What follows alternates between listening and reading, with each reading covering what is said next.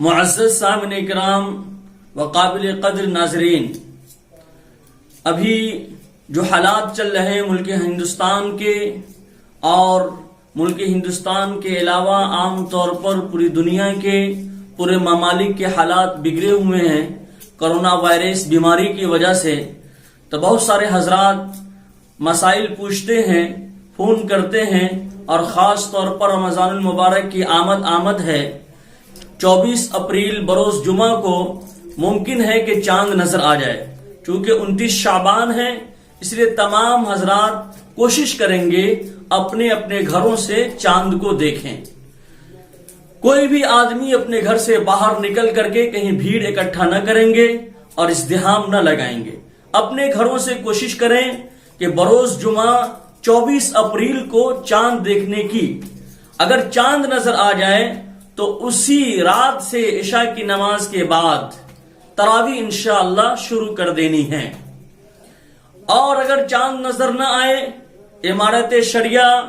اور جو بھی رؤیت ہلال کمیٹی بنائی گئی ہے علماء کرام کی نگرانی میں چل رہی ہے، وہاں سے چاند کی تصدیق ہو جاتی ہے اور اعلان کر دیا جاتا ہے تو انشاءاللہ تراویح جمعہ کے دن عشاء کی نماز کے بعد سے شروع کر دینی ہے۔ لاک ڈاؤن میں یا کرفیو کی حالت میں تراویح کی نماز معاف نہیں ہے، بلکہ تراویح کی نماز یہ سنت مؤکدہ ہے۔ جس طریقے سے آپ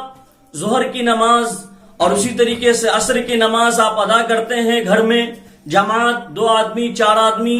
تک آپ کر رہے ہیں، اخیر 5 آدمی تک کر رہے ہیں، اسی طریقے سے آپ کو تراویح کی نماز بھی ادا کرنی ہے۔ اور اگر آپ کو اس حالت میں کوئی حافظ آپ کے گھر کے اندر ہے تو آپ اس حافظ صاحب کے پیچھے تراویح کی نماز ادا کریں۔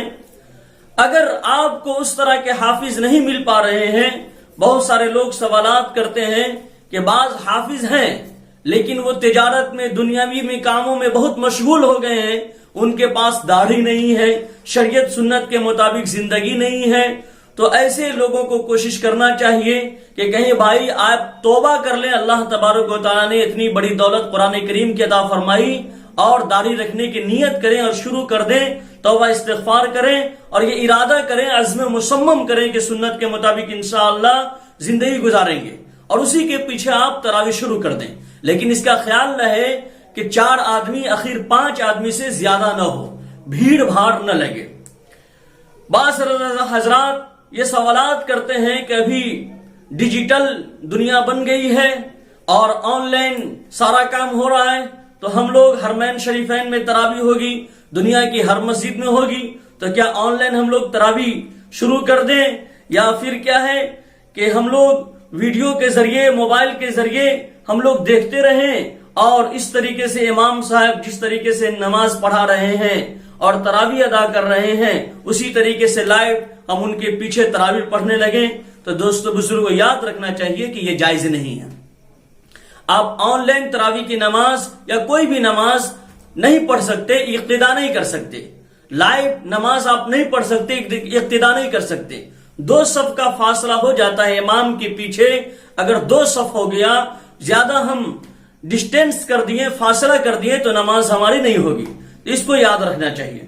اسی طریقے سے ہم کو اور آپ کو تمام لوگوں کو یہ کوشش کرنا ہے پوری دنیا کے اندر کہ جس طریقے سے ہر سال ہماری مسجد میں ختم تراویح ادا کی جاتی تھی، یعنی تراویح کے اندر پورا قرآن کریم حفاظ کرام پڑھاتے تھے، تو کم سے کم مسجدوں کے اندر حافظوں کا انتظام کریں۔ جہاں کہ امام صاحب حافظ نہیں ہے تو وہاں حافظ کا انتظام کریں تاکہ مسجد ہماری ختم تراویح سے محروم نہ رہے اور مسجدوں میں ختم تراویح ادا ہو جائے۔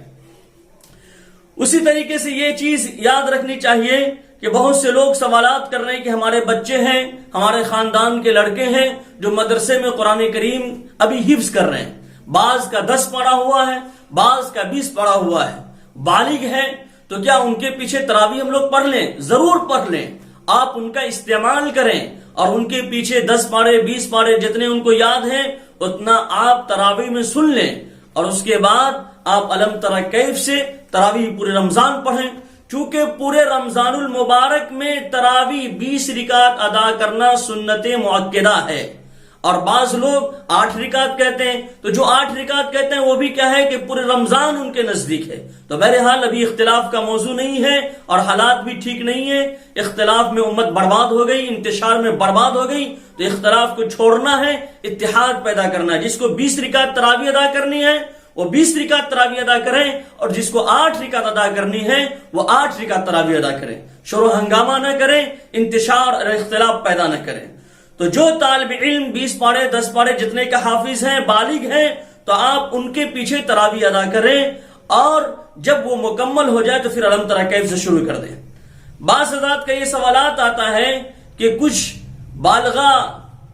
عورت ہے جو حافظ قرآن ہے، تو کیا وہ عورت کی امامت تراویح کے اندر کر سکتی ہے؟ تو آپ یاد رکھیں کہ کچھ علماء کرام نے ان کو اجازت دی ہے کہ وہ عورتوں کی امامت تراویح کے اندر کر سکتی ہے، لیکن جس طریقے سے مرد ایک صف آگے کھڑے ہوتے ہیں، آگے کھڑے ہو کر کے امامت کرتے ہیں، اس طریقے سے عورت کو آگے کھڑے ہو کر کے امامت نہیں کرنی ہے، بلکہ ساتھ میں کھڑا رہنا ہے، بیچ میں وہ عورت کھڑی رہے گی، اور باہر سے بلانے کی، کسی کو دعوت دے کر کے، انوائٹ دے کر کے ایک بھیڑ جمع کرنے کی ضرورت نہیں ہے، جو ہے وہی ادا کرے گی۔ ایک مسئلہ یہ آیا ہے کہ بعض حضرات فون کر کے پوچھ رہے ہیں کہ جس طریقے سے عورت گھر کے اندر اعتکاف کر لیتی ہے، تو یہ مسئلہ بنا ہوا ہے کہ لاک ڈاؤن چل رہا ہے، 3 مئی تک ممکن ہے کہ 8-10 رمضان آ جائے، پھر اس کے بعد ممکن ہے کہ پھر بڑھا دیا جائے، پورا رمضان اس میں شامل ہو جائے۔ تو بہت سے لوگ جو ہر سال مسجد کے اندر اعتکاف کیا کرتے تھے، تو کیا وہ گھر کے اندر اعتکاف کر سکتے ہیں؟ ہرگز نہیں۔ عورتوں کے لیے گھر میں اعتکاف ہے، مردوں کے لیے گھر میں اعتکاف نہیں ہے۔ مرد حضرات مسجد میں اعتکاف کریں گے، لیکن معاملہ تو یہاں کچھ ایسا بنا ہوا ہے کہ جو خاص لوگ 4-5 آدمی مسجد کے امام صاحب، خادم صاحب، مؤذن صاحب، جو 4-5 آدمی مسجد کے ہیں، جو مسجد میں رہتے ہیں، ان کے علاوہ دوسروں کی انٹری نہیں ہے، وہ داخل نہیں ہو سکتے۔ تو اس لیے اس سال وہ لوگ جو مسجد میں نہیں آ پا رہے ہیں مجبوری کی وجہ سے، وہ اعتکاف چھوڑ دیں، آئندہ سال کریں گے۔ اور باقی جو سنت مؤکدہ کفایہ اعتکاف ہے اخیر عشرے کا، جو ہر سال ادا کرتے ہیں، تو جو 5 حضرات مسجد کے اندر نماز ادا کرتے ہیں، انہی میں سے کسی ایک کو بیٹھا دینا ہے، 2 کو بیٹھا دینا ہے جو مسجدی میں رہتے ہیں، تاکہ وہ اعتکاف کر لیں اور پورے محلے والوں کی طرف سے یہ کفایہ ادا ہو جائے۔ تو اس مسئلے کو بھی ذہن میں رکھنا چاہیے۔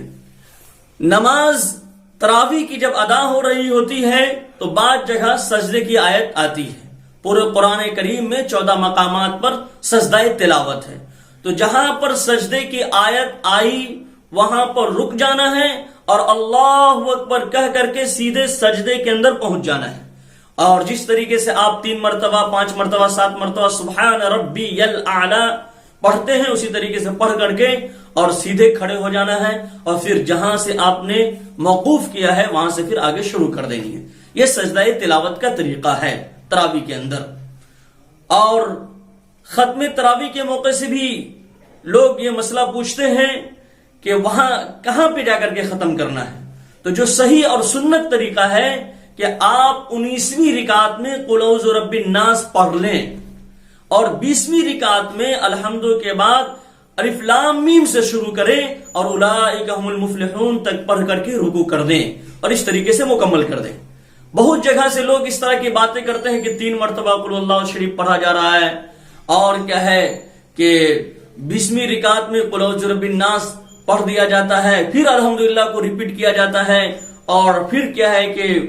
اس میں اولئک هم المفلحون تک پڑھا جاتا ہے۔ تو یہ طریقہ سنت کے خلاف ہے، اور 2 مرتبہ چونکہ آپ نے سورہ فاتحہ پڑھ دیا تو آپ پر سجدہ سہو بھی واجب ہو جائے گا، تو سجدہ سہو بھی کرنا پڑے گا۔ تو اس طریقے کو چھوڑ کر کے جو صحیح طریقہ ہے کہ 19ویں رکعت میں حافظ قرآن 19ویں رکعت میں قل اعوذ برب الناس مکمل کر لیں، اور 20ویں رکعت میں سورہ فاتحہ پڑھے اور الف لام میم سے اولئک المفلحون تک پڑھ کر کے رکوع کرے، اور اس طریقے سے ادا کرے۔